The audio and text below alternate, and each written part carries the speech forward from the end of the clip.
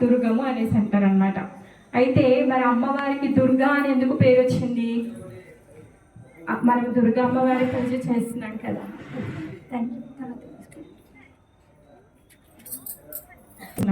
అయితే మరి ఆమె పేరు అర్థం ఏంటి అంటే కోట, పెద్ద కోట. ఏంటంటే ఆ కోట అంటే మనం నివసించేటటువంటి ఈ ప్రపంచం. దీనికి ఇంకో పేరు ఏంటిది? ఇది భౌతిక ప్రపంచం. మనం ఎక్కడున్నాం? భౌతిక ప్రపంచంలో ఉన్నాం. భౌతిక ప్రపంచంలో ఉన్న వాళ్ళకి ఒక డ్రెస్ కోడ్ ఉంటుంది. ఏంటంటే అది పాంచభౌతిక శరీరం. మనం ఉన్నది ఏంటి? మన శరీరము పాంచభౌతిక శరీరము. ఏమేమి ఉంటాయి? పంచభౌతిక శరీరం అంటే 5 మూలకాలు: భూమి, నీరు, ఆకాశము, నిప్పు, గాలి. సో ఈ 5 మూలకాలను కలిపితే వచ్చేటటువంటిది పాంచభౌతిక శరీరం. మన శరీరం, మనం ఉన్నటువంటి శరీరము పాంచభౌతిక శరీరం. అయితే ఈ దుర్గం ఏదైతే ఉందో, ఈ కోట ఏదైతే ఉందో, ఈ భౌతిక ప్రపంచం అనే కోట ఏదైతే ఉందో, ఈ భౌతిక ప్రపంచంలో నుంచి బయటికి వెళ్ళడం కష్టం. వెళ్ళగలుగుతామా? ఇప్పుడు ఒక రాజ్యానికి పెద్ద గోడలు ఉన్నాయండి. పెద్ద గోడలు ఉన్నటువంటి బౌండరీ వాల్ ఉంది. దాన్ని దాటాలంటే ఎంత కష్టం? ఎన్నో నిచ్చెనలు వేసుకోవాలి, లేకపోతే లిఫ్ట్ పెట్టుకోవాలి, ఏదేదో చెయ్యాలి మనం వెళ్ళాలి అంటే. మరి అసలు సాధనమే లేదు, మనం దాటలేము. దాటలేకపోతే ఆ రాజు కోటకి ఎవరైతే రాజు ఉన్నాడో యజమాని దగ్గరికి వెళ్ళి మనము ఆయనని ప్రాధేయపడితే ఆయన డోర్ ఓపెన్ చేస్తాం. ఎంత సులభం కదా మనం దాటడం. సో మనం ఉన్నటువంటి ఈ భౌతిక ప్రపంచాన్ని దాటి వెళ్ళాలి అంటే మనం కూడా ప్రార్థించాలి. మరి ఈ భౌతిక ప్రపంచం అనే కోటకి ఇన్ఛార్జ్ ఎవరు అంటే దుర్గాదేవి. ఈ భౌతిక ప్రపంచం అంటే ఏంటి తెలుసా? జైలు.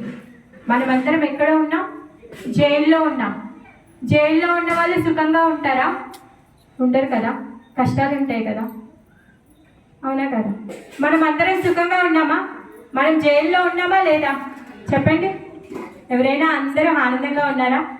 ఉన్నారా? ప్రాబ్లమ్స్ లేకుండా, అనారోగ్యం కాకుండా, లేకపోతే డబ్బులు కానీ, అందం కానీ, చదువు కానీ, ఆరోగ్యం కానీ, అలాంటివి ఏవి ప్రాబ్లమ్స్ లేకుండా ఆనందంగా ఉన్నారా? అందరూ లేరు. అంటే కారణం మనం ఎక్కడున్నాం? జైల్లో ఉన్నాం. జైల్లో ఉన్న వాళ్ళకి కష్టాలు ఉంటాయి. మరి జైలు అంటే ఊరికేనే ఉంటుందా? జైలుకి వాడేనే ఉంటాడు కదా, జైలర్ ఉంటాడు కదా. ఆ జైలరే దుర్గా. ఈ దుర్గం లాంటి ఈ కోటని చూసుకునేటటువంటి శక్తి కలిగినదే పరాశక్తి దుర్గా. ఆమె మనని చూసుకుంటోంది. ఎలా చూసుకుంటోంది? కొన్ని రూల్స్ అండ్ రెగ్యులేషన్స్ ఉంటాయి. జైల్లో నుంచి బయటికి వెళ్ళనివ్వదు ఎవరిని. జైలర్ ఏం చేస్తాడు? బయటికి వెళ్ళనివ్వరు.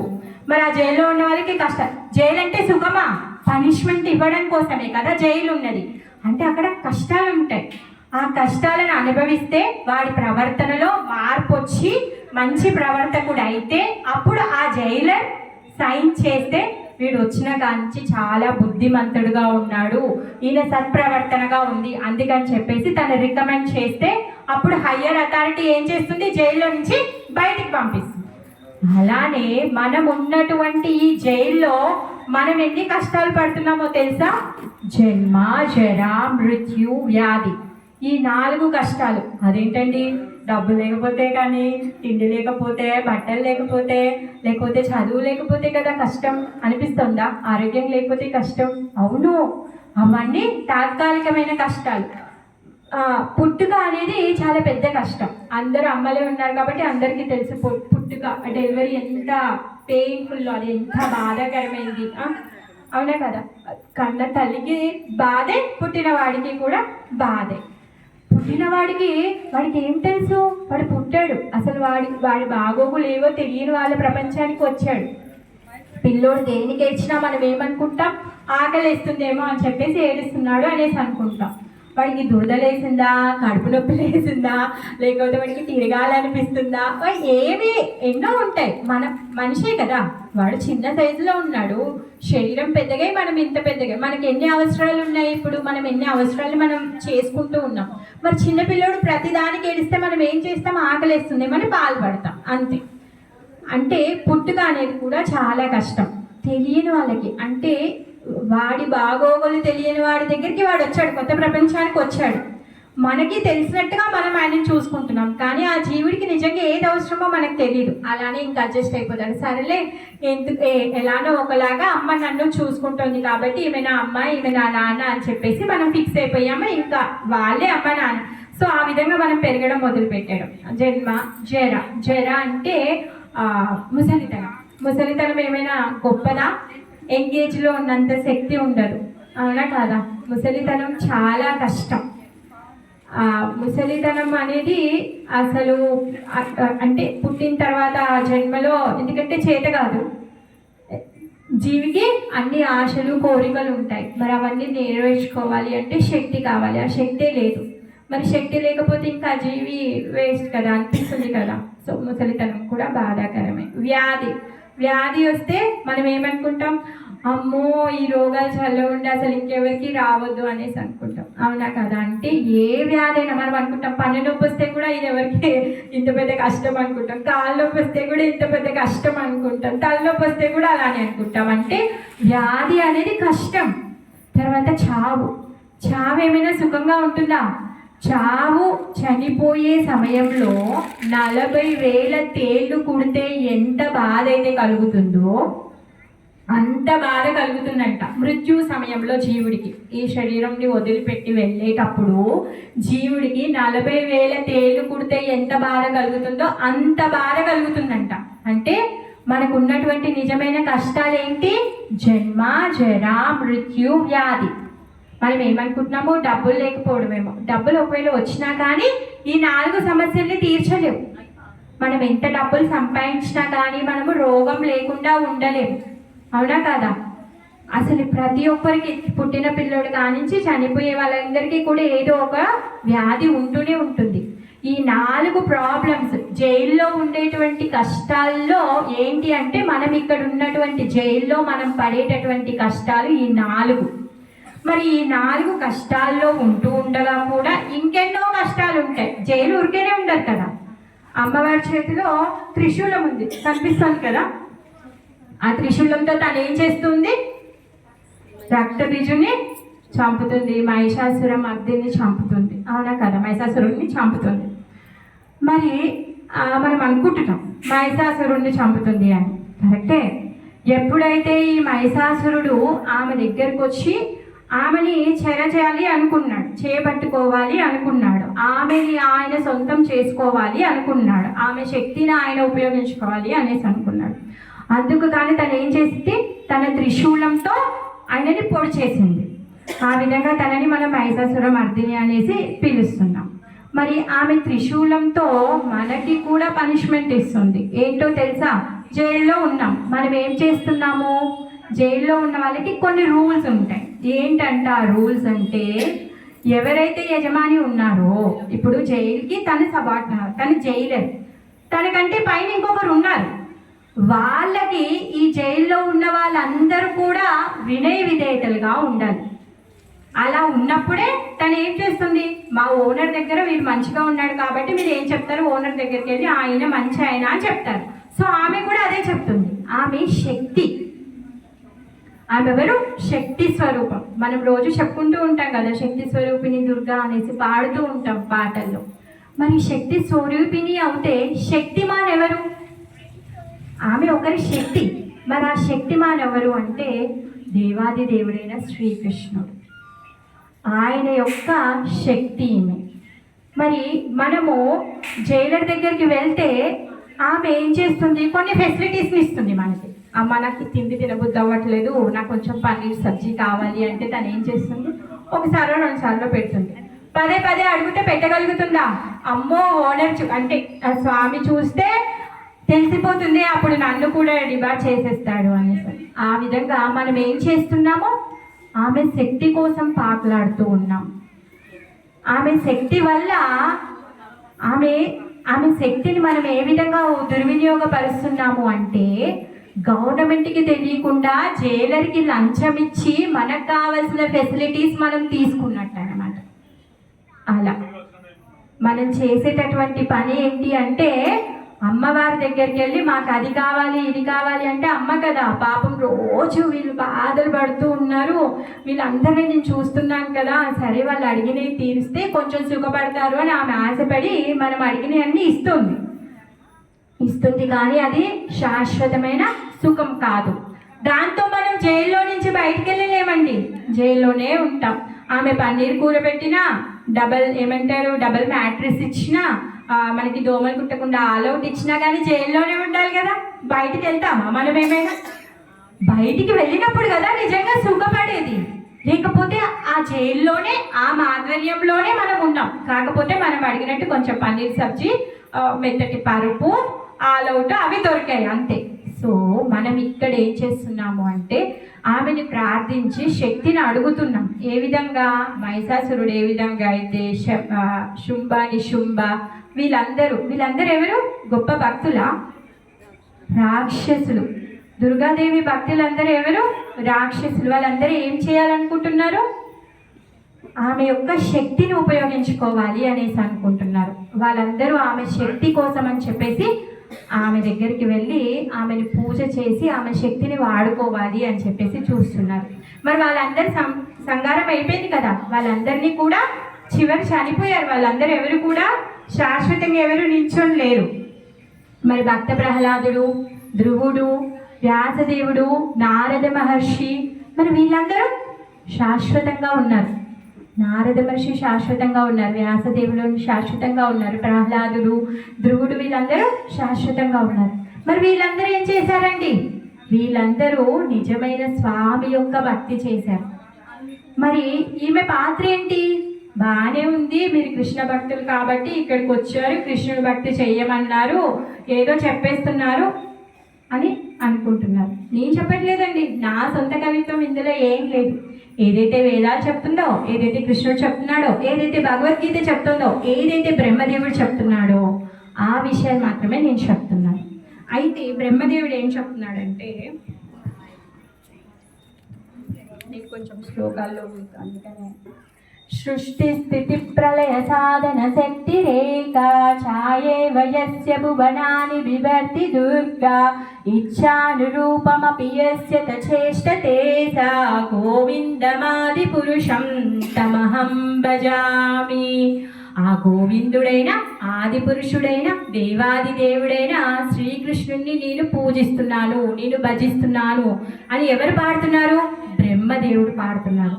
బ్రహ్మదేవుడు బ్రహ్మ సంహితలో చెప్తున్నాడు. ఏమంటున్నాడు? సృష్టి స్థితి ప్రళయ సాధన శక్తి రేఖ. ఈ సృష్టి స్థితి ప్రళయ అంటే ఈ భౌతిక ప్రపంచంలో ఉన్నటువంటి అన్ని లోకాలు కూడా, ఎన్ని లోకాలు ఉన్నాయి తెలుసా? 14 లోకాలు ఉన్నాయి. ఈ 14 లోకాల యొక్క సృష్టించడము, పోషించడము, తర్వాత ప్రళయం వచ్చినప్పుడు లయం అవ్వడం, ఇవన్నీ కార్యాలు కూడా శక్తితో జరుగుతున్నాయి. ఎవరి శక్తితో జరుగుతున్నాయి? దుర్గమ్మ వారి శక్తితో జరుగుతూ ఉన్నాయి. మరి ఈమె ఎలా పనిచేస్తుంది అంట? ఛాయేవ యస్య అంటే కృష్ణుడి యొక్క ఛాయ. కృష్ణుడు ఎలా కదిలితే ఆయన ఛాయ అలా కదులుతుంది, మనం ఎలా కదిలితే మన యొక్క నీడ అలానే కదులుతుంది కదా. అలానే దుర్గాదేవి కూడా కృష్ణుడు ఏ విధంగా అయితే తను ఈ సృష్టి స్థితి ప్రళయాలను చెయ్యాలి అనుకుంటున్నాడో అప్పుడు తను ఏం చేస్తాడు? సైగలను చేస్తాడు, అంతే కదా. యజమానికి వాళ్ళ ఏమంటారు నమ్మకమైన సర్వెంట్ ఉంటే ఏం చేస్తారు? అకల్ మందికో ఇషారా కాఫీ అనేసి జస్ట్ ఊరికే కనుచూపతో తను పనులన్నీ పురమాయించేస్తాడు. ఆ విధంగా కృష్ణుడు కూడా దుర్గామాతకి తన సైగల ద్వారా చెప్తున్నాడన్నమాట ఆయన యొక్క శక్తి. ఎవరు అంటే కృష్ణుడి యొక్క బాహ్య శక్తి. మరి మనం ఓన్లీ శక్తిని పూజించి శక్తిమాన్ని పూజించకపోతే మళ్ళీ జైల్లోనే ఉండాల్సి వస్తుంది అన్నమాట. అందుకనే మనము ఆమె యొక్క స్వామిని పూజించాలి, అప్పుడు ఆమె చాలా హ్యాపీగా మనకి వరాలను ఇస్తుంది. లేకపోతే శుంభ నిశుంభ వీళ్ళు బాగా తపస్సు చేసి అమ్మవారి దగ్గర చాలానే శక్తులు పొందారు. చివరికి ఏమైంది? వాళ్ళు సంహరింపబడ్డారు. అదేవిధంగా మనము కూడా దేవాది దేవుడి యొక్క ఆయన అనుమతిని, ఆయన యొక్క గొప్పతనాన్ని స్వీకరించకుండా అమ్మ దగ్గర నుంచి మనకు కావలసినవి లంచం ఇచ్చి పన్నీర్ కూర లాంటివన్నీ తెప్పించుకున్నాం అనుకోండి, అప్పుడు ఏమవుతుంది? మనము చీటింగ్ చేయబడ్డాం. మనం ఏదో ఒకరోజు సీసీటీవీలో దొరికిపోతాం. అప్పుడు మళ్ళీ మనకి పనిష్మెంట్ దొరుకుతుంది అనమాట. అందుకనే మరి ఎవరిని పూజించాలి? దేవాది దేవుడైన శ్రీకృష్ణుడిని పూజించాలి. మరి అదేంటండి, మేము దుర్గామాతను పెట్టుకున్నాము, దుర్గమ్మకి పూజ చేయొద్దంటున్నారు. నేను పూజ చేయొద్దంటలేదు, పూజ చెయ్యాలి. ఆమెను ఏ విధంగా పూజ చేయాలి అంటే వైష్ణవిలాగా పూజ చేయాలి. ఆమెకి ఇంకొక పేరు వైష్ణవి. మరి ఆమె పనేంటి? ఆ త్రిశూలం పట్టుకొని ఈ దుర్గంకి కాపలా కాస్తుంది. ఆమెకి పని లేదా? ఆమె ఎక్కడుంటుంది? మహేషధామంలో ఉంటుంది. సాక్షాత్ మహేషుడి యొక్క భార్య. ఆమె అక్కడ కార్యకలాపాలన్నీ వదిలిపెట్టి మన కోసమని ఈ దుర్గాని కాపలా కాయడానికి వచ్చింది. దేనికి వచ్చింది? మనందరినీ సరైన దారిలో పెట్టడానికి వచ్చింది. సరైన దారిలో పెట్టడానికి వచ్చిన ఆమెని మనము కీర్తించాలి, ఆమెను పూజించాలి. అప్పుడు మనకి సరైన దారి దొరుకుతుంది. అలా కాకుండా మనిష్టానుసారం పూజ కీర్తన చేస్తే ఏమవుతుంది? శుంభ నిశుంభుల్లాగా మనం అవుతామన్నమాట. అందుకే దుర్గాదేవిని నిజంగా దుర్గాలానే పూజించాలి. ఏ విధంగా? ఆమె మనని ఈ భౌతిక ప్రపంచం నుంచి మనకి నిజంగా ఏవైతే ఈ కష్టాలు ఉన్నాయో ఈ కష్టాలు లేనటువంటి ప్రపంచానికి మనని పంపించే విధంగా తను దారి చూపిస్తుంది. ఆ శక్తి కేవలం ఆమెకు ఒక్కదానికి మాత్రమే ఉంది. ఎందుకంటే జైల్లో ఉన్న వాళ్ళని బయటికి పంపించాలి అంటే ఎన్ని దారులు ఉన్నాయి, ఎలా బయటికి వెళ్ళాలి జైలర్కే తెలుసు, అవునా కదా? సో అలానే దుర్గాదేవికి తెలుసు మనకున్నటువంటి కష్టాల నుంచి నష్టాల నుంచి తను బయటికి పంపించాలి అంటే ఏ విధంగా పంపించాలో తనకు తెలుసు. అందుకే భగవంతుడు భగవద్గీతలో చెప్తున్నాడు,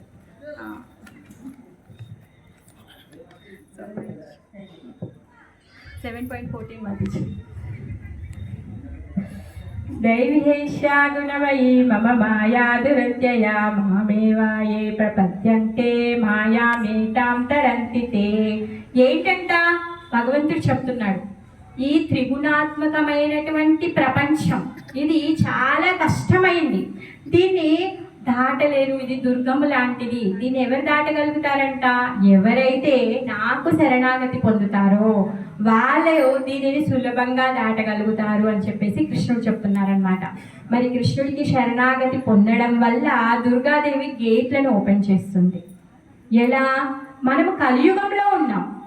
కలియుగంలో ఏం చేయగలుగుతామో సత్యయుగంలో ఉన్న వాళ్ళు చేసినట్టుగా తపస్సు చేయగలుగుతామా? అడవికి వెళ్ళి ఎవరైనా తపస్సు చేస్తారా? అడవికి వెళ్ళి చేయగలుగుతారా? ఇంట్లో బల్లిని చూస్తేనే భయం వేస్తుంది, అడవికి వెళ్తే పులిని చూసినా నక్కని చూసినా, అవునా కదా? సో తపస్సు చెయ్యాలి, యజ్ఞం చెయ్యాలి. త్రేతాయుగంలో యజ్ఞాలు చేస్తే సాక్షాత్ విష్ణు వచ్చి దర్శనం ఇచ్చేవాడు. మనం చేసే యజ్ఞానికి విష్ణు వస్తాడా? కళ్ళ మంట వస్తుంది, ఎనర్జీ వస్తుంది, అంతకు మించి ఏమి రాదు. ఎందుకంటే మన దగ్గర ప్యూర్ గీ లేదు, అవునా కదా? అన్ని కెమికలే. పోనీ మంత్రం చదివే వాళ్ళు ప్యూర్గా మంత్రం చదివగలిగేంత శక్తి కలిగినటువంటి బ్రాహ్మణులు కూడా లేదు. అందుకని మనము భగవంతుని పొందలేము. ఏ విధంగా? యజ్ఞం చేయడం ద్వారా. తర్వాత ద్వాపర యుగంలో పెద్ద పెద్ద గుళ్ళు కట్టి షోడశ ఉపచారాలతో భగవంతుడి యొక్క సేవ చేసేవాళ్ళు. మరి అలాంటి సేవలు మనం చేయగలుగుతున్నామా? అన్ని కెమికల్. భగవంతుడికి ఇచ్చేటటువంటి హారతి ధూప దీప నైవేద్యాల్లో అన్ని కెమికలే, అన్ని అశుచియే. మనము శుచి ముచిని అంతగా పాటించలేం. కలియుగంలో ఉన్నాం. ఎక్కడున్నాం? కలియుగంలో ఉన్నాం. మన దగ్గర అంత శక్తి లేదు శుచి ముచి పాటించడానికి. మనము తిన్న చేతితోనే అన్ని ముట్టేసుకుంటాం, అవునా కదా? వెంగిలతోనే అన్ని వడ్డించుకుంటూ ఉంటాము. తర్వాత అసలు మనం మర్చిపోతాం కూడా, చెప్పులు వేసుకుంటాము, చేతులు కడుక్కోవడం మర్చిపోతాము. అంటే మన దగ్గర అంత శక్తి లేదు. చెప్పులు ముట్టుకున్నాక మనం ఏం ముట్టుకోము, కానీ మర్చిపోతాం, షూస్ వేసుకొని వెళ్ళిపోతాం బజార్, అవునా కదా? ఆ విధంగా మనం శుచిని ముచిని పాటించలేము, అంత శక్తి మనకు లేదు. ఎందుకు? కలియుగంలో ఉన్నాం, ఈ దుర్గంలో ఉన్నాం. ఈ దుర్గంలో ఉన్న వాళ్ళకి క్వాలిటీస్ ఇవన్నీ: జన్మ జరా మృత్యు వ్యాధితో పాటు అల్పాయుష్. సత్యయుగంలో ఉన్న వాళ్ళు 1,00,000 సంవత్సరాలు బ్రతికేవాళ్ళు. త్రేతాయుగంలో ఉన్న వాళ్ళు 10,000 సంవత్సరాలు బ్రతికేవాళ్ళు. ద్వాపర యుగంలో ఉన్న వాళ్ళు 1000 సంవత్సరాలు బ్రతికేవాళ్ళు. కలియుగంకి వచ్చేసరికి 100 సంవత్సరాలు ఏంటి, ఆ 100 సంవత్సరాలు ఎవరు ఉంటున్నారో కూడా తెలియదు, అవునా? సో మరి ఇలాంటి పరిస్థితుల్లో మనం ఏం చేయగలుగుతామో? గొప్ప యజ్ఞాలు, తపస్సు, దేవత ఆరాధన ఏమీ చెయ్యలేం. అందుకే భగవంతుడు దయామయుడు మనకి ఏం చేశాడు అంటే కలియుగంలో హరినామ యజ్ఞం చేయమని చెప్పాడు. ఏంటంట హరినామ యజ్ఞం. హరే కృష్ణ కృష్ణ కృష్ణ హరే హరే, హరే రామ రామ రామ హరే హరే అనే ఈ మంత్రాన్ని జపం చేస్తే చాలు. మీరు సత్యయుగంలో చేసినటువంటి తప ఫలితం, ద్వాపర యుగంలో చేసినటువంటి ఆరాధన ఫలితం, త్రేతాయుగంలో చేసినటువంటి యజ్ఞ ఫలితాన్ని మీరు పొందుతారు. అందుకే దీన్ని ఏమంటారు? జప యజ్ఞము అనేసి అంటారు. కలియుగంలో ఏం యజ్ఞం చేయాలి? జప యజ్ఞం మాత్రమే మనం చేయగలుగుతాం. ఎందుకంటే మన దగ్గర అర్హత లేదు, మన దగ్గర సోర్స్ లేదు వేరే చేయడానికి. భగవంతుడు చాలా దయమయుడు. ఎందుకంటే మన దగ్గర ఆయుష్ లేదు, అదృష్టం కూడా అంతా లేదు, మతి మరుపులం. పోనీ వేదాలు చదువుకోగలుగుతామా మనము? లేదండి. ఒక్క వేదం చదవడానికి 18 సంవత్సరాలు పడుతుంది. 4 వేదాలు చదవాలి అంటే 18 × 4. ఇంకెప్పుడు నువ్వు సాధన చేసేది? అన్ని వేదాలు చదివిన తర్వాత అర్థం చేసుకోవాల్సింది ఏంటి? దేవాది దేవుడైన శ్రీకృష్ణుడికి శరణాగతి పొంది ఆయన యొక్క పాద సేవ చేయాలి అని నేర్చుకోవాలి. అందుకే భగవంతుడు దయామయుడు కాబట్టి మనకి భగవద్గీతను అందించారు. ఏం చెప్తారు? అన్ని ధర్మాలని వదిలేసి నాకు శరణాగతి పొందండి అనేసి చెప్తారు. మాతృ శ్లోక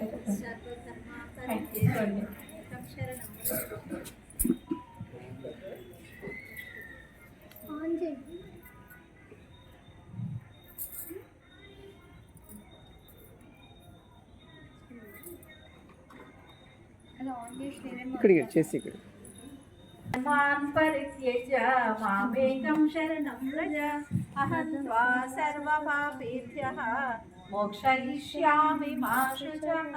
కృష్ణుడు ఏమంటున్నాడు? అన్ని ధర్మాలని వదిలేయండి, నన్ను శరణాగతి పొందండి, నేను మిమ్మల్ని చూసుకుంటాను, మీ యొక్క పాపాలన్నీ తీర్చేస్తాను అనేసి చెప్తున్నారు. అవునా కదా? చాలా సులభం కదా? దానికి దీనికి లింక్ ఏంటి? మాతాజీ దుర్గా దగ్గర నుంచి కృష్ణుడి దగ్గరికి వచ్చారు, భగవద్గీత చెప్తున్నారు. అసలు ఏమైనా ఉందా? కన్ఫ్యూజన్ అయిపోయారా? లేదు కదా? ఎందుకు అంటే కృష్ణుడు శక్తిమాన్, దుర్గా శక్తి. మరి ఇప్పుడు నేను మీ ఇంటికి వచ్చి మీ ఆయనకి ఇన్విటేషన్ ఇవ్వకుండా నేను మీకు ఒక్కదానికి ఇన్విటేషన్ ఇచ్చాను. అప్పుడు ఏమంటారు? లేదు మా ఆయనకి ఇన్విటేషన్ ఇస్తే వస్తాను. అవునా కదా? పిల్లలకు కూడా ఇన్విటేషన్ ఇచ్చారు. అదేంటి మా నాన్నకి చెప్పకుండా మేము ఎలా వస్తాం? అవునా కదా? అలానే అంటాం కదా. మరి సర్వెంట్కి మనం చెప్పామనుకో, అప్పుడు ఏమంటాం? మా యజమానికి చెప్పకుండా నేను ఎలా వస్తాను? అవునా కదా? సో మనం ఇప్పుడు ఇన్విటేషన్ ఎవరికి ఇస్తున్నామో? నీడకి ఇస్తున్నాము. ఎవరు? ఆమె దుర్గా. అమ్మ నువ్వు గొప్ప, నువ్వు లేకపోతే మేము ఉండలేము, మమ్మల్ని జైల్లో నుంచి బయటికి తీయమ్మా అని చెప్పేసి శక్తిని అడుగుతున్నాం. మరి శక్తి మనకి తెలియకుండా తను ఏమైనా చేయగలుగుతుందా? చేయలేదు కదా. అందుకే ఇదంతా. ఆమె ఎవరి సైగల వల్ల పనిచేస్తుంది? కృష్ణుడి యొక్క సైగల వల్ల తను పనిచేస్తుంది. మహేష ధామంలో ఉండేటటువంటి ఆవిడ మన కోసం ఎందుకు వచ్చిందో తెలుసా? అమ్మ, అందరికీ అమ్మ. అమ్మ ఏం చేస్తుంది? పిల్లోడు ఎప్పుడూ సుఖంగా ఆనందంగా ఉండాలని చూస్తుంది. అందుకే ఆమె దయ తలిచి మన కోసం అని చెప్పేసి ఆమె యొక్క భర్త సేవను వదిలిపెట్టి త్రిశూలాన్ని పట్టుకొని వచ్చి మరీ కూర్చుంది ఇక్కడ.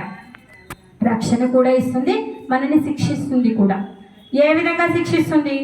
మనము భగవంతుని యొక్క పాద పద్మాలకి శరణాగతి పొందకపోతే ఎలా అయితే రక్తబీజుడిని చంపిందో, మహిషాసురుణ్ణి చంపిందో, అలానే ఆ త్రిశూలాన్ని పెట్టి మనల్ని కూడా కూర్చుతుంది. అదేంటండి, ఆమె మన రక్షణకు కూడా ఉంది కదా అంటే రక్షిస్తుంది. ఈ దుర్గానికి రక్షకురాలు ఆమె. ఈ భౌతిక ప్రపంచాన్ని రక్షించేది ఆమెని. మరి ఆమె మనకి ఏ విధంగా పనిష్మెంట్ ఇస్తుంది? ఆది భౌతిక, ఆది దైవిక, ఆధ్యాత్మిక. ఈ 3 ప్రాబ్లమ్స్ ఏంటంట? ఆది భౌతిక, వేరే జీవుల పట్ల వచ్చేటటువంటి సమస్యలు, కుక్క కరుస్తుంది, దోమలు కుడతాయి, ఇలాంటివి ఆది భౌతికమైనటువంటివి. ఆది దైవిక, ఆది దైవిక అంటే వరదలు రావడము, తర్వాత సునామీ రావడము, భూకంపాలు రావడము, ఇలాంటివన్నీ ఆది దైవిక. ఆధ్యాత్మిక, ఆధ్యాత్మిక ఏంటి తెలుసా? మనతోనే ఉంటుంది. మన మనస్సు, మన మనసు ఎంత చెడ్డది అంటే మనని ఉన్న దగ్గర ఉంచదు, ఎప్పుడూ ఆనందంగా ఉండనివ్వదు, బాధనేదో గుర్తుకు చేస్తుంది, బాధపడు పడు పడు అని బాధపడేలా చేస్తుంది. ఒకవేళ బాధపడకుండా ఇగ్నోర్ చేస్తే కూడా మాతాజీ అలా రోడ్డు మీదకి వెళ్తున్నాను అనుకోండి, మాతాజీ నన్ను చూసింది, అదేంటి నిన్ననే కదా మాతాజీ చూసింది, కనీసం నా వైపు తిరిగి చూడకుండా హరే కృష్ణ కూడా చెప్పకుండా వెళ్ళిపోయింది, అప్పుడే మర్చిపోయింది ఈ మాతాజీ. నేనేదో ఫోన్లో మాట్లాడుకుంటూ వెళ్ళిపోతూ ఉన్నాను, మిమ్మల్ని చూడలేదు. కానీ మీ మనసు కాదు కాదు కాదు, ఏమైందో ఏమో, మరి మాతాజీ ఏం చెప్పిందేమో నా మీద, అందుకేమో నాకు హరే కృష్ణ కూడా చెప్పకుండా వెళ్ళిపోతుంది. ఇంత అంజాన్ కొట్టేసిపోతుందా ఈమె, అవునా కదా? మనసు ఊకుంటుందా? అమ్మా పీల్చి పిప్పి వేస్తుంది ప్రతిరోజు, ప్రతి క్షణం, ప్రతి ఒక్క దాంట్లో. అక్కడ ఉన్నదాన్ని లేనట్టుగా, అది కొంచెం ఉంటే చాలా పెద్దగా, అవునా కదా? ఇవన్నీ ఎందుకు పడుతున్నాను తెలుసా? ఆమె ఇచ్చే పనిష్మెంట్, జైలర్ ఇచ్చే పనిష్మెంట్ అది. మరి వీటన్నింటినీ దాటిపోవాలి, ఇవన్నీ మనము పొందొద్దు అంటే అప్పుడు ఏం చేయాలి? అదే శరణాగతి. కృష్ణుడు చెప్తున్నాడు, ఎవరైతే నా శరణాగతి పొందుతారో వాళ్ళు ఈ దుర్గాన్ని చాలా సులభంగా దాటిపోగలుగుతారు. 7.14 మాతాజీ, అదే ఇందాక చదివిన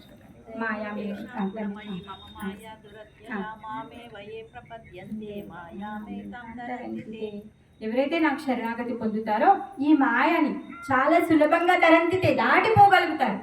ఎంత సులభంగా దాటిపోగలుగుతారు అంటే, ఆవు డెక్కలో ఎన్ని నీళ్ళు ఉంటాయి అంత చిన్నగా అయిపోతుంది మనకి భౌతిక ప్రపంచంలో ఉన్నటువంటి కష్టం. లేకపోతే ఏమంటాము, సముద్రం అంత కష్టాలు ఉన్నాయని చెప్పుకుంటామా లేదా? మరి ఈ సముద్రం ఎంత చిన్నగా అవుతుంది అంటే, ఆవు పాదాల కింద వచ్చేటటువంటి నీళ్ళు ఎన్ని ఉంటాయి? ఆవు ఇప్పుడు పాదం వేసింది అనుకోండి, దాంట్లో గుంటలో ఎన్ని నీళ్ళు ఉంటాయి? ఇంత పెద్ద సముద్రం అంత చిన్నగా అయిపోతుంది. అది ఎవరు చేస్తారు? ఆమె చేస్తుంది, ఆమెనే చేస్తుంది. ఆమె మనకి దారి చూపిస్తుంది. ఎప్పుడైతే మనము కృష్ణుడికి శరణాగతి పొందుతామో, ఆయన యొక్క శక్తిగా తనని ఎప్పుడైతే పూజిస్తామో, అప్పుడు ఆమె మనకి దారి చూపిస్తుంది. ఆమె మనకున్నటువంటి ఈ ఆధ్యాత్మిక, ఆది భౌతిక, ఆది దైవిక క్లేశాలు ఏవైతే ఉన్నాయో అవి ఉండవు ఇంకా. అప్పుడు మీరు ఏం చేస్తారో ఆనందంగా ఉంటారు. మనం ఏం చేస్తున్నాం? పొద్దున్న నుంచి రాత్రి వరకు కష్టపడుతున్నాం దేనికోసం? ఆనందం కోసం, అవునా కదా? ఇది చేస్తే ఆనందం వస్తుందో, ఇది చూస్తే ఆనందం వస్తుందో, ఇది తింటే ఆనందం వస్తుందో, ఇది వింటే ఆనందం వస్తుందో, ఇది కొంటే ఆనందం వస్తుందో కదా? కొంటున్నాం, వింటున్నాం, చూస్తున్నాం, తిరుగుతున్నాం, కానీ ఆనందం ఎక్కడా రావట్లేదు, అవునా కదా? ఎందుకు రావట్లేదంటే వాటిల్లో ఆనందం లేదు. మరి సంపూర్ణమైన ఆనందం ఎక్కడుందంట? దేవాది దేవుడైన శ్రీకృష్ణుడి దగ్గర ఉంది. మరి ఆ నిజమైన ఆనందం పొందాలి అంటే ఆయన యొక్క నామాన్ని జపం చేయాలి, ఆయన యొక్క నామాన్ని కీర్తన చేయాలి కదా? హ్యాపీగా ఉండాలి అంటే ఏం చేయాలి? భగవంతుడి యొక్క నామ జపం చేయాలి. ఓకే, అర్థమైందా? Thank you. సో మరి భగవంతుడి యొక్క నామమే ఎందుకు జపం చేయాలి? భగవంతుడి యొక్క నామానికి భేదం లేదు. మీరు రామ అని రాస్తే రాముడు ఏ విధంగా అయితే సాక్షాత్తుగా ఉన్నారో ఆ నామంలో కూడా రాముడు ఉన్నారు. రామనామానికి రామునికి భేదం లేదు. అందుకే భగవంతుడి యొక్క నామ జపం చేయాలి. మీరు దాహం వేసిందనుకోండి, వాటర్ వాటర్ వాటర్, నీళ్ళు నీళ్ళు నీళ్ళు నీళ్ళు అంటే మీకు దాహం తీరుతుందా? తీరదు. మీరు నీళ్ళు తాగితేనే మీకు దాహం తీరుతుంది. కానీ రామనామం ఎలాంటిది అంటే, మీరు రామ అంటే రాముడి యొక్క సాన్నిధ్యాన్ని మీరు పొందుతారు, కృష్ణ అంటే కృష్ణుడి యొక్క సాన్నిధ్యాన్ని మీరు పొందుతారు. రీసెంట్గా నరసింహస్వామి సినిమా చూశారు కదా? ప్రహ్లాద్ మహారాజ్ ఏం చేశాడు? నిత్యం ఏం చేశాడు? అనుక్షణం భగవంతుడి యొక్క ధ్యానం చేశాడు, అవునా కదా? భగవంతుని యొక్క సాన్నిధ్యాన్ని పొందాడు. ఎలా? ఆయన యొక్క నామ జపం ద్వారా. నామంలో ఉన్నటువంటి విలువ అలాంటిదన్నమాట. అందుకే భగవంతుడి యొక్క నామ జపం చేయాలి అనేసి చెప్తారనమాట. అయితే దుర్గామాతకి ఏమి ఇష్టం తెలుసా? మనం దుర్గామాతకి ఏమి ఇష్టమైతే అది చేయాలి, అంతే కదా? ఇప్పుడు నేను మీరంటే నాకు ఇష్టం అంటే మీకు ఏదైతే ఇష్టమో నేను అది చేస్తే అప్పుడు మీరు హ్యాపీగా ఫీల్ అవుతారు. అలా కాకుండా మీకు జలుబు ఉందనుకోండి, మా ఇంటికి వచ్చారు, లేదు లేదు జ్యూస్ బాగుంటుంది మాతాజీ అని చెప్పేసి చిల్డ్ జ్యూస్ తీసి ఇచ్చాను అనుకోండి, అప్పుడు లేదు మాతాజీ నాకు జలుబు ఉంది, నాకు ఇది లేదు లేదు మాతాజీ ఇది మంచిది తీసుకోండి అంటే మీరు తీసుకుంటారా? తీసుకోరు కదా. మీకు ఏది మంచిదో నేను తెలుసుకొని మీకు ఇస్తే, కొంచెం గోరువెచ్చ నీళ్ళు ఇస్తే మీరు హ్యాపీగా ఫీల్ అవుతారు. అలానే దుర్గామాతకి ఏమి ఇష్టమో తెలుసా? చెప్పాలా అందరికీ? తను ఏం తింటుందో తెలుసుకుంటారా? చెప్పనా? ఓకే. ఒకరోజు ఏమైంది అంటే నారదుల వారు ఏం చేస్తూ ఉంటారు?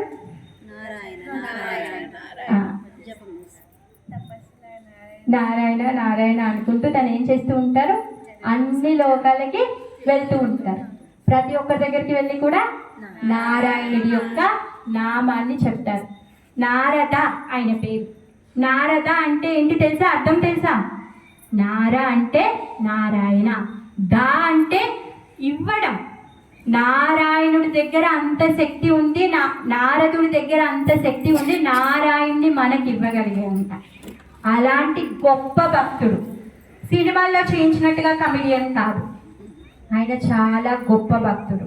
ఆయన ఎంత గొప్ప భక్తుడు అంటే ఎంత నీచ స్థితిలో ఉన్న వారినైనా కూడా భగవంతుడి యొక్క గొప్ప భక్తులుగా మార్చేటటువంటి శక్తి ఆయనకుంది.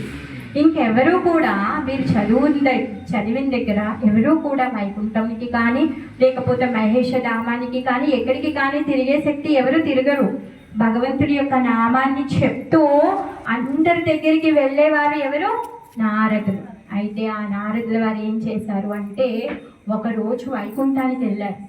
వైకుంఠానికి వెళ్ళి అక్కడ లక్ష్మీదేవి ఏం చేస్తూ ఉంటారు? స్వామి యొక్క పాద సేవలో ఉంటారు. అయితే అక్కడికి వెళ్ళి లక్ష్మీదేవి దగ్గరికి వెళ్ళి అమ్మ నాకు ప్రసాదం కావాలి అనేసి అడుగుతాడనమాట. లక్ష్మీదేవి ఏమో కొడుకు నారదుడు వాళ్ళ పుత్రుడే కదా, అయ్యో వచ్చాడు ప్రసాదం కావాలి అని అడిగాడు, మరి ఏం చెయ్యాలి అని ఆలోచిస్తూ ఉందన్నమాట. పాపం తను మాట ఇవ్వలేదు. ఎందుకు తెలుసా? నారాయణుడు ఏమన్నాడు అంటే నువ్వు ఎవరికి నా ప్రసాదం ఎవరికి ఇవ్వద్దు అని చెప్పాడనమాట. నారాయణుడు చెప్పిన మాట గుర్తుపెట్టుకొని అమ్మ నారదుడికి మాట ఇవ్వలేదు, కానీ కొడుకు వచ్చాడే భోజనం పెట్టాలి కదా అని తను ఆలోచిస్తూ ఉందన్నమాట. అయితే తను అలానే దిగులుగా ఉంది.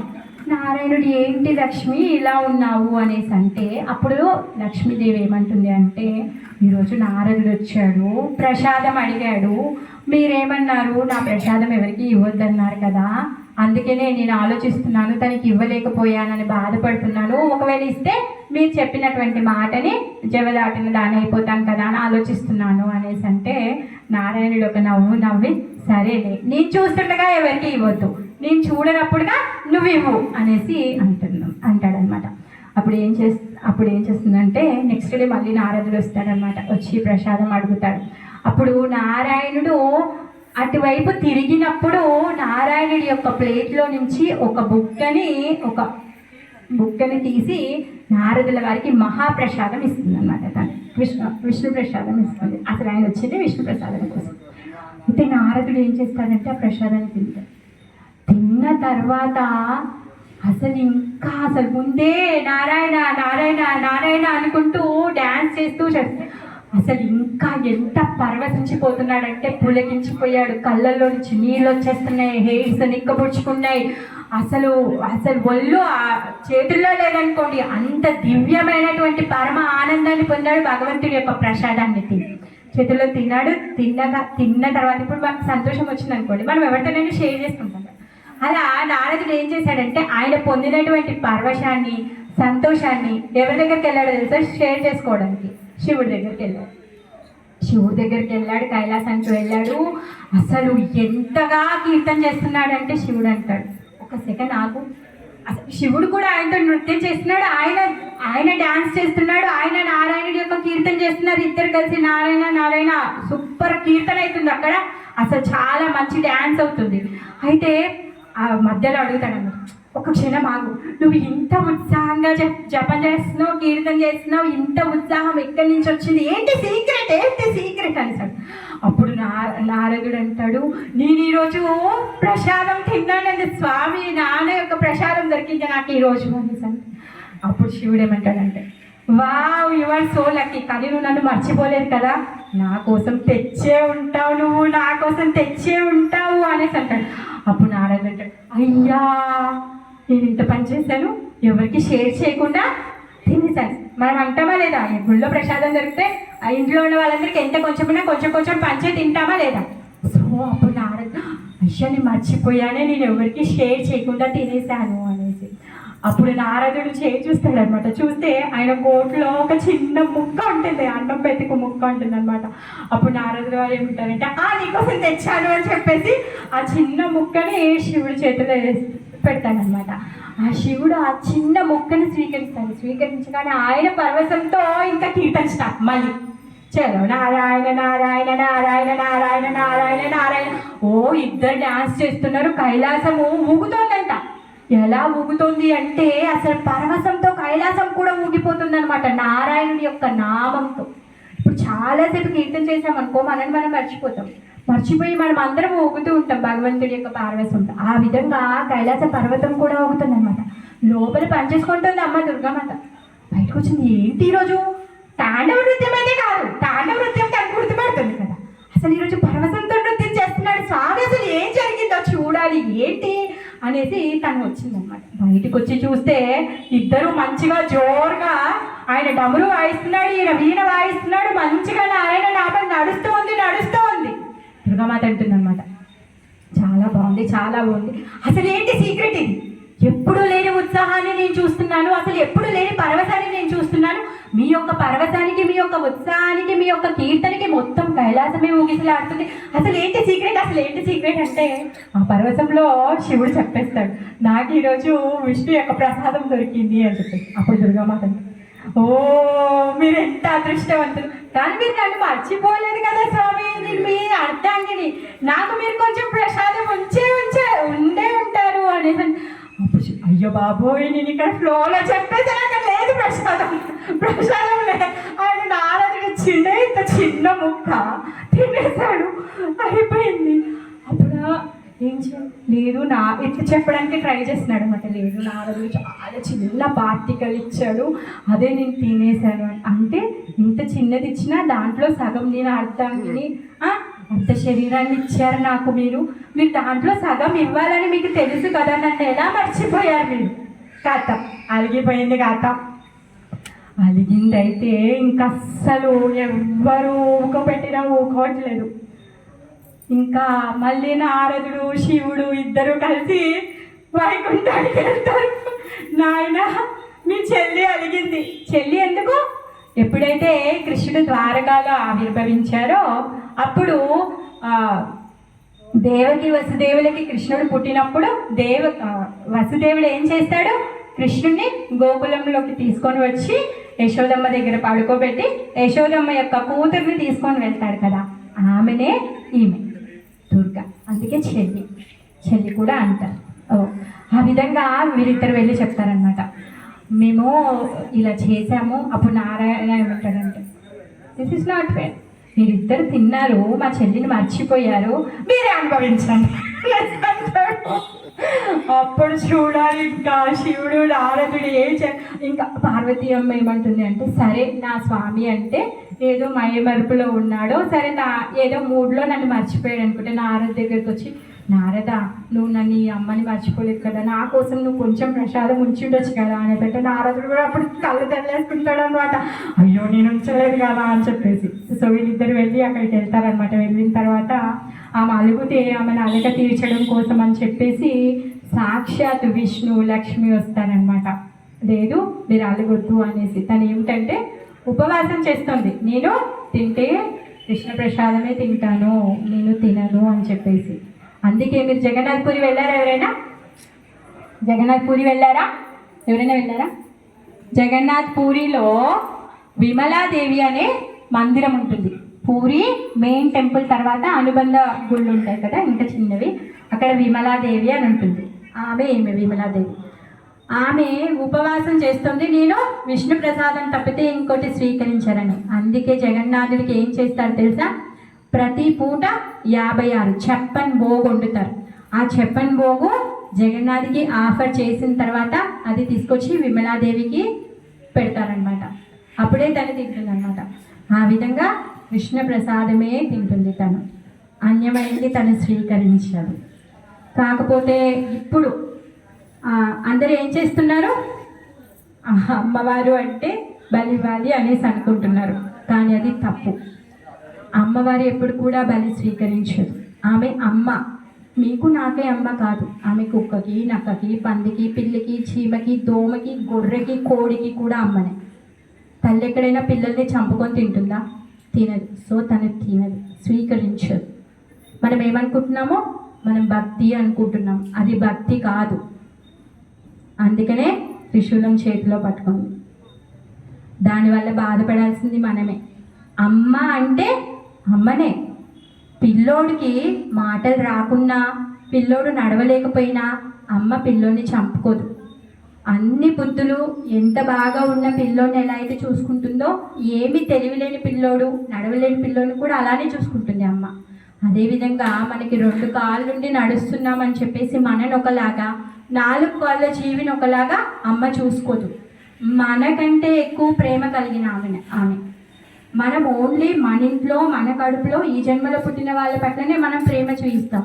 ఆమెకు అలాంటి భేదం లేదండి. ప్రతి ఒక్కరి పట్ల ఆమెకి ప్రేమ ఉంది.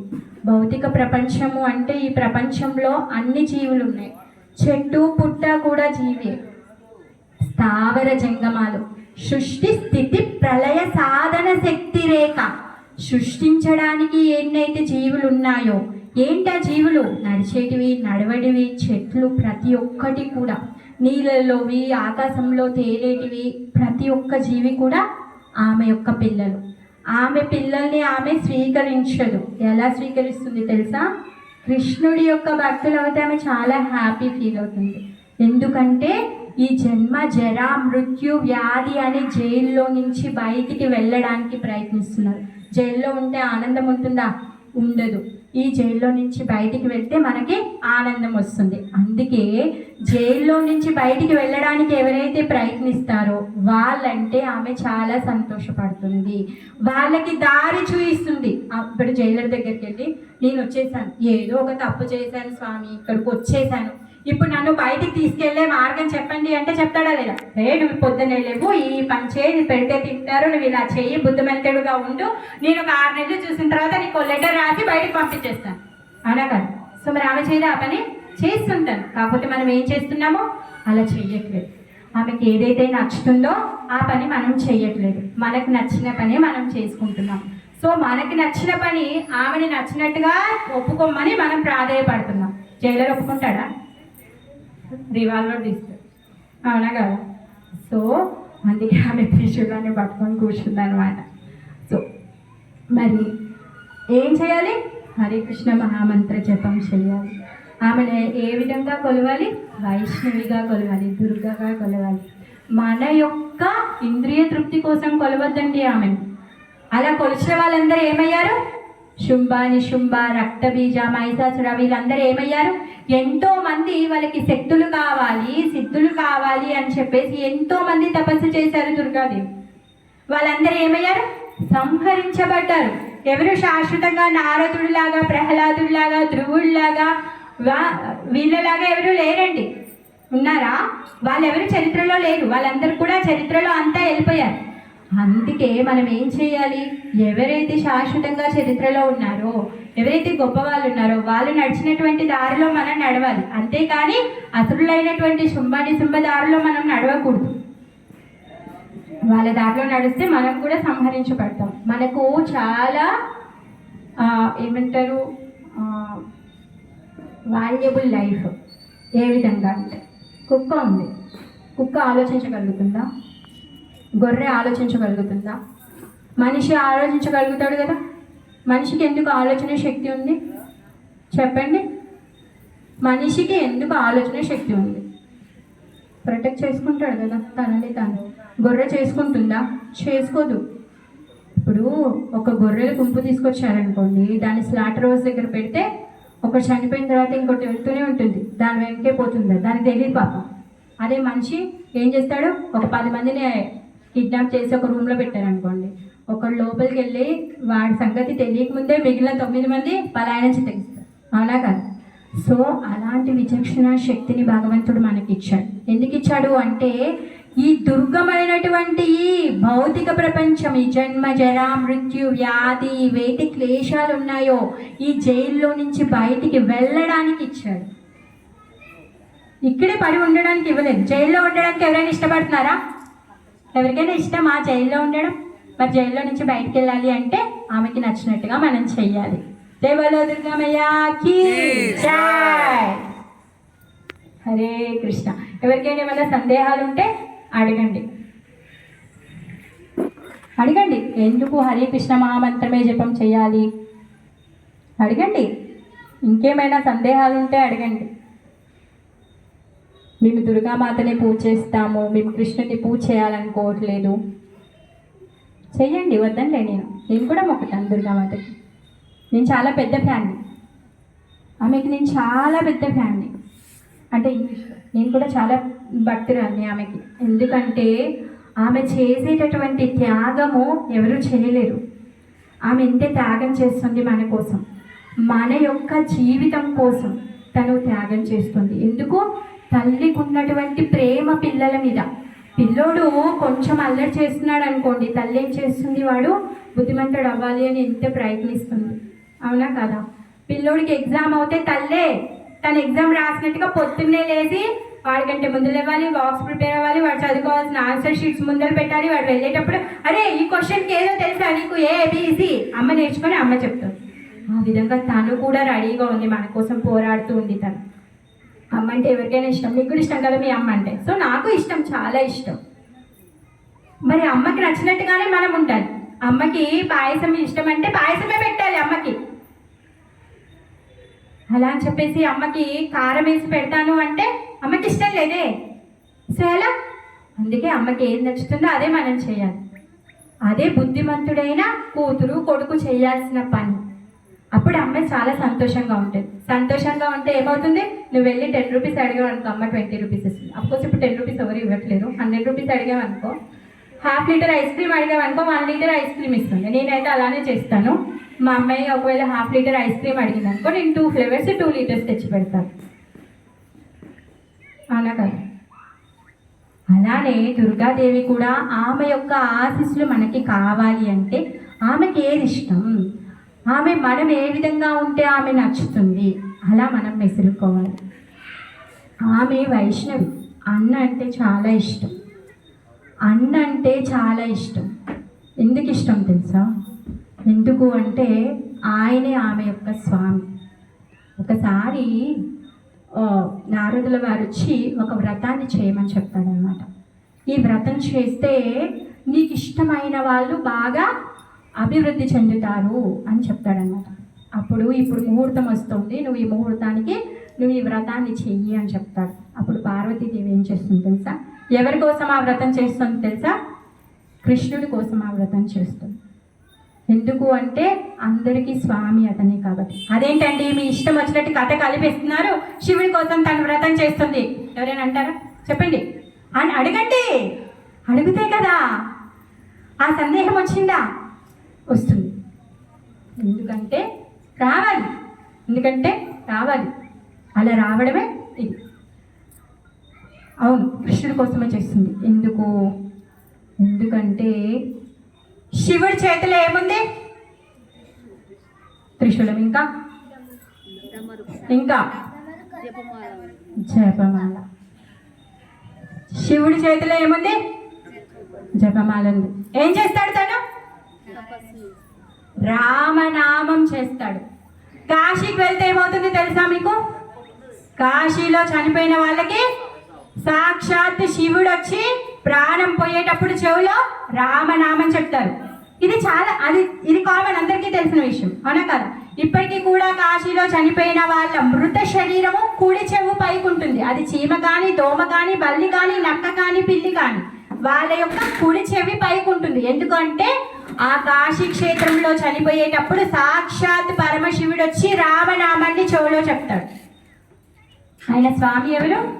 రాముడు. మరి ఆయనే కృష్ణుడు. అందుకే ఆయన స్వామి బాగుంటే ఈయన కూడా బాగుంటాడని చెప్పి ఆమె వ్రతం ఎవరి కోసం చేసింది? కృష్ణుడి కోసం చేసింది. అలా మరి శివుడు ఎందుకు అలా ఉన్నాడు? తను ఏం చేస్తున్నాడు? చేతిలో అక్షమాలను పెట్టుకున్నాడు. ఏం చెప్తున్నాడు? రామ మంత్రాన్ని చెప్తున్నాడు. తలలో ఏం పెట్టుకున్నాడు? గంగని. గంగ ఎవరో తెలుసా?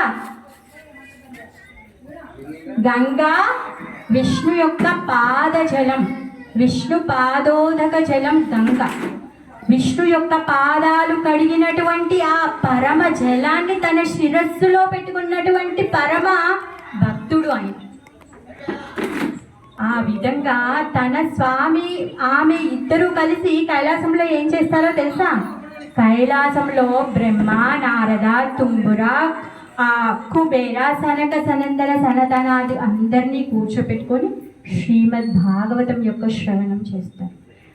శివుడు ఎప్పుడు శ్రీమద్ భాగవతాన్ని చెప్తూ ఉంటారు, వీళ్ళందరూ కూడా శ్రీమద్ భాగవతాన్ని వింటూ ఉంటారన్నమాట. వాళ్ళ ఫ్యామిలీ ఎప్పుడు అలా గడుస్తూ ఉంది. సో అందుకే వాళ్ళకి నచ్చిన పనులు మనం చెయ్యాలి, అందుకే మనము భగవంతుడి యొక్క నామ జపం చెయ్యాలి. అప్పుడు తను చాలా సంతోషపడుతుంది. సో ఇంకేమైనా డౌట్స్ ఉన్నాయా? ఏమైనా డౌట్స్ ఉంటే అడగండి. ఇక్కడే దగ్గరలో శివాలయం ఉంది. శివాలయంలో ప్రతి శనివారం కూడా భగవద్గీత మీద ప్రవచనాలు అవుతూ ఉంటాయి. మీరందరూ కూడా రావచ్చు. నాకు ఈ అవకాశాన్ని ఇచ్చిన మీ అందరికీ కూడా ధన్యవాదాలు. ఇంతసేపు ఓపికగా విన్నందుకు మీ అందరికీ నా హృదయపూర్వక ధన్యవాదాలు. సో మీకు అంటే మీరు ఇంతసేపు కూర్చొని విన్నందుకు మీకు హెల్ప్ఫుల్ అయ్యిందా లేదా? హ్యాపీయా లేదా? అయ్యి బాబోయ్ ఎవరు వచ్చారు, మా టైం వేస్ట్ అయిందని ఎవరైనా అనుకుంటున్నారా? అనుకుంటే చెప్పండి, నో ప్రాబ్లం, నేనేమి అనుకోను.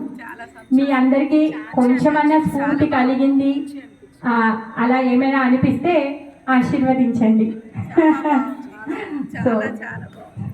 సో ప్రతి శనివారం ఇక్కడ క్లాసెస్ అవుతాయి, మీరందరూ రావచ్చు. ఈ రోజులు ఎటువంటివి అంటే చాలా బిజీ రోజులు. అమ్మా ప్లీజ్ నాకేమవుతుంది, నేను పొందుతాయి చేతులు. చాలా బిజీ రోజులు, టెక్నికల్ రోజులు. ఒక పుస్తకం చదవడం కానీ ఒక పేపర్ చదవడం కానీ ఉండేంత తీరిక కాదు ఈరోజు టెక్నాలజీ. అమ్మ వద్దు, టెక్నాలజీ నేను టీచర్ని కదా, నిలబడే చెప్తా పాఠాలు. కాబట్టి టెక్నికల్ యుగం కాబట్టి పుస్తకం చదవడం అనేది లేదు. మరి పుస్తకాలలోనే ఇలాంటి ప్రవచనాలు ఉంటాయి, లేదా ఇలాంటి పెద్దలు చదువుకున్న విద్వత్మనులు చెప్పేటువంటి మాటల్లో ఉంటాయి. మరి మీలాంటి వాళ్ళు ఇంత ఓపికగా ఇంత ఒక ఆధ్యాత్మిక ప్రవచనాన్ని అందించినందుకు మనసా హృదయ రీతిలో మీకు అభినందనలు, ధన్యవాదాలు తెలుపుతున్నాం. మీలాంటి వాళ్ళు ఇంకా యాడ్ చేయాలి, ఇంకా ఎక్కువ కావాలి. మీ ప్రవచనాలు మా వీణలు విందు చేయాలి, మా హృదయాన్ని ప్రక్షాళన చేయాలి. ఓకే సార్, మీకు అందరికీ ధన్యవాదాలు. ఇందులో నాదేమీ లేదు, మా గురువు గారి యొక్క ఆశీస్సులు, ప్రభుపాదుల వారి యొక్క దీవెనలు మాత్రమే. నేను ఏదైతే తెలుసుకున్నానో అది మీ అందరికీ చెప్దామనేసి వచ్చాను. ఎందుకంటే నేను చాలా హ్యాపీగా ఉన్నాను. మీరందరూ మిమ్మల్ని అందరినీ అడిగాను, ఎవరైనా సంతోషంగా ఉన్నారా అంటే ఎవరు కంప్లీట్గా సంతోషంగా లేరు. కానీ నేను చెప్తాను ధైర్యంగా, నేను సంతోషంగా ఉన్నాను అని చెప్తాను. ఎందుకు తెలుసా? మొత్తం సంతోషం ఎవరి దగ్గర ఉంది? సాక్షాత్ భగవంతుడి దగ్గర ఉంది. సో నేను చేసే పని ఏంటి తెలుసా? ఓన్లీ భగవంతుడి గురించే చేస్తాను. భగవంతుడి నామజపం చేస్తాము, భాగవతం చదువుతాం. అదేంటంటే మీరు పని చేయరా బతకరా అంటే బతుకుతాము. అన్ని చేసేటప్పుడు కూడా భగవంతుడి యొక్క నామజపం చేస్తే చాలు. మనం అంతకుమించి ఏమి చేయలేమండి. యజ్ఞాలు తపస్సులు మనం చేయలేము. మనం ఏదైతే చేస్తున్నామో దాన్ని భగవదర్పణంగా చేయాలి. భగవద్గీతలో భగవంతుడు ఏం చెప్తున్నాడు? నేను యుద్ధం చేయను అంటాడు అర్జునుడు. అప్పుడు ఏమంటాడు? నీ కోసం నువ్వేం యుద్ధం చేయాల్సిన అవసరం లేదు, నువ్వు యుద్ధం చెయ్యి, కాకపోతే అది నా కోసం చెయ్యి, నాకు అర్పణ చెయ్యి, మమ స్మరణ, నాన్ను స్మరించుకుంటూ నువ్వు యుద్ధం చెయ్యి అని చెప్తాడు. అంతే, నువ్వు ఏ పనైనా చెయ్యి. నువ్వేం చెయ్యి? భగవంతుడి యొక్క నామ స్మరణ చేస్తూ చెయ్యి. మీరు ఎప్పుడైతే భగవంతుడి యొక్క దివ్య గుడికి వెళ్తారో, భగవంతుడి యొక్క దివ్య మంగళ స్వరూప దర్శనం చేసుకుంటారో, మీకు ఈ కష్టాలు నష్టాలు లాభాలు రోగాలు నొప్పులు గుర్తుంటాయా? ఉండవు. మీరు చాలా ప్రశాంతంగా ఉంటారు. అదేవిధంగా మన రోజులో భగవంతుడి యొక్క యాక్టివిటీని మనం పెంచుకున్నాం అనుకోండి, ఆ విధంగా మనం కూడా సంతోషంగా ఉండొచ్చు. లేకపోతే ఇదే బాధలో ఉంటాం. ఈ జైల్లో ఉన్నటువంటి ఈ రూల్స్లోనే ఉండాల్సి వస్తుంది. అలా కాకుండా మనం ఆనందంగా ఉండాలి. త్రిశూలం పొడుపులు మనకు వద్దు అంటే భగవంతుడి యొక్క నామజపం చేయాలి, భగవద్గీతను చదువుకోవాలి, భాగవతాన్ని చదవాలి. చదివితే అర్థమైపోతుందా? అర్థం అవ్వదు. మెడిసిన్ ఉంది, బుక్స్ అన్నీ షాప్లో దొరుకుతాయి. నేను బుక్స్ తెచ్చుకొని చదువుకుంటాను, నేను బోర్డు పెట్టుకుంటాను, నేను డాక్టర్ అయిపోయినాను, మీరు అందరూ వస్తారా నా దగ్గరికి వైద్యానికి? బాబోయ్, ఆమె చదివితే డాక్టర్ అవుతుందా? ఏ యూనివర్సిటీకి వెళ్ళలేదు, ఏ కాలేజ్కి వెళ్ళకుండా చదివేసుకుంది, ఆమె దగ్గరికి ఎవరు వెళ్తారనుకుంటారు, అవునా కదా? సో ఇది కూడా అంతే. ఏంటి యూనివర్సిటీ అంటే ప్రభుపాదుల వారి యూనివర్సిటీ. ఏసీ భక్తి వేదాంత శ్రీల ప్రభుపాద గారు, ఈయన ఇస్కాన్ సంస్థని స్థాపించారు. ఆయన యొక్క ఆధ్వర్యంలో భగవద్గీతని పంచుతూ ఉంటారు. మామూలుగా మీరు రోడ్ల మీద కానీ గుళ్ళ దగ్గర కానీ మీరు చూసే ఉంటారు. మరి ఈ భగవద్గీతని ఈ యొక్క గురు పరంపరలో మనం చదువుకున్నాం అనుకోండి, యథాతథంగా మనం అర్థం చేసుకోగలుగుతాం. ఏ విధంగా అయితే పుస్తకాలు తెచ్చుకొని మెడిసిన్ మనం సొంతగా చదువుకోలేమో, అదేవిధంగా భగవద్గీతని శ్రీమద్ భాగవతాలని చదువుతాం, కానీ దాంట్లో ఉన్నటువంటి నిగూఢమైన రహస్యాన్ని మనం అర్థం చేసుకోలేము. ఎవరైతే గురువులు చెప్పారో వాళ్ళ దగ్గర నుంచి శ్రవణం చేయడం వల్ల మనం అర్థం చేసుకుంటాం. ఎవరంటే వాళ్ళ దగ్గరికి వెళ్ళి మీరు చెప్పండి మేము చేసుకుంటాము అర్థం చేసుకుంటాము అంటే మళ్ళీ మోసపోతాం. అలా కాదు, నిజమైన గురువు ఎవరో మీరు తెలుసుకోవాలి అంటే దానికి ఒక ప్రమాణం ఉంది. సాధు, శాస్త్ర, గురు, ఈ ముగ్గురు ఒకే విషయాన్ని ఆమోదించాలి. గురువు చెప్పినటువంటి విషయము శాస్త్రంలో ఉండాలి, శాస్త్రంలో ఉన్నటువంటి విషయము సాధు పురుషులు ఆమోదించాలి దాన్ని. అప్పుడే మీరు వెళ్ళి ఆయన దగ్గరికి వెళ్ళి మీరు గురువుగా స్వీకరించి ఆయన దగ్గర నుంచి భగవంతుడి యొక్క జ్ఞానాన్ని పొందాలి. అలా కాకుండా ఎవరో ఒకరు దారిన పోయే వాళ్ళు వచ్చి నేను చెప్తాను అంటే మీరు వినకూడదు, అది సరి ఏంటి కాదు, మళ్ళీ మోసపోతారు. మానవ శరీరం వచ్చింది చాలా అదృష్టం. ఎందుకంటే భూమి మీద 84 లక్షల జీవులు ఉన్నాయి. 84 లక్షల జీవులు ఎందుకున్నాయి? అందరు మనుషులు ఎందుకు లేరు? ఎందుకు అంటే మనకున్నటువంటి కోరిక ప్రకారంగా ఈ జీవులన్నీ ఏర్పడ్డాయి. నాకు ఒకవేళ మాంసం తినాలనే కోరిక ఉందనుకోండి, చనిపోయేటప్పుడు కూడా మాంసం తినాలి అనే కోరిక వచ్చిందనుకోండి, నెక్స్ట్ లైఫ్లో పులిలాగానో సింహంలాగానో నక్కలాగానో పుడతాను. అది రక్తం తాగాలనే కోరిక ఉందనుకోండి, దోమలాగా పుడతాను. సో మనకున్నటువంటి కోరికల వల్ల, ధనం మీద వ్యామోహం ఉందనుకోండి, తిజోరిలో బల్లిలాగానో ఇంటి ముందర కుక్కలాగానో లంక బిందెల్లో పాములాగానో పుడతాం. ఇన్ని రకాల జీవులు ఉన్నాయి. ఎందుకున్నాయి? మన యొక్క కోరిక అనుసారమే మనం ఆ రూపాలను పొందుతున్నాం. పోండి, చచ్చిపోయిన తర్వాత ఎవరు చూస్తారండి, బతుకున్న రోజు తిని బతికేస్తాం. ఏంటమ్మా నువ్వు చెప్పేది, ఇందాక నుంచి చెప్తున్నావు, చాలు చాలు. లేదమ్మా, చనిపోయిన తర్వాత ఉంది future plan, future plan, future plan. ఏం చేస్తున్నాము? పిల్లోని ఎల్కేజీలో జాయిన్ చేయగానే టాప్ ఇన్స్టిట్యూట్లో జాయిన్ చేస్తాము, వాడి ఫ్యూచర్ బాగుండాలి అని చెప్పేసి చూస్తున్నాం. మరి మన ఫ్యూచర్ ఎప్పుడు బాగుంటుంది? ఎప్పుడైతే మనము మంచి పద్ధతిలో ప్రయాణిస్తాము, ఎప్పుడైతే మనం ఏదైతే చెయ్యాలో, ఏదైతే నిజమైన ధర్మం ఉందో ఆ ధర్మ ప్రకారంగా మనం నడుచుకుంటామో అప్పుడు మన ఫ్యూచర్ బాగుంటుంది.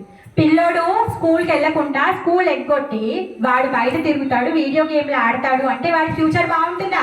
బాగుండదు.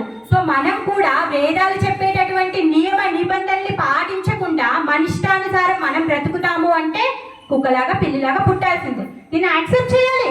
లేదు చనిపోయిన తర్వాత నేను చూడను అంటే నేను ఒప్పుకోను.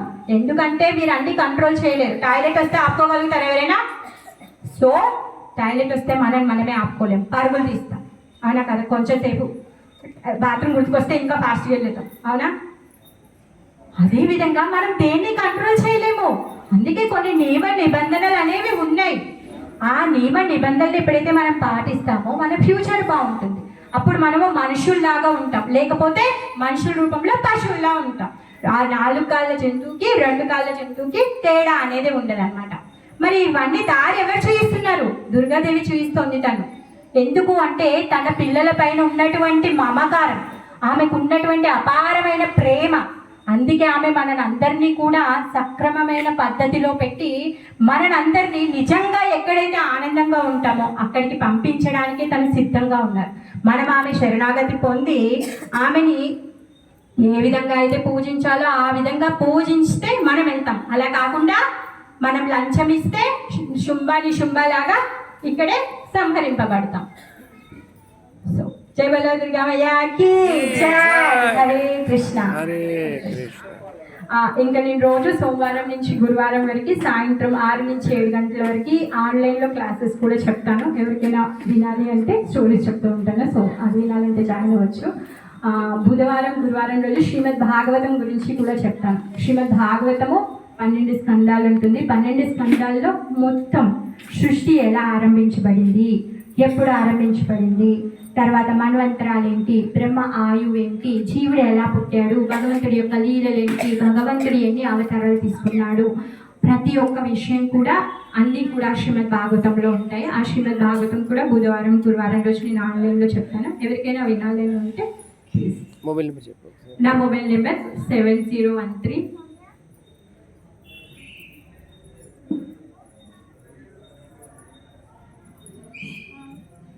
789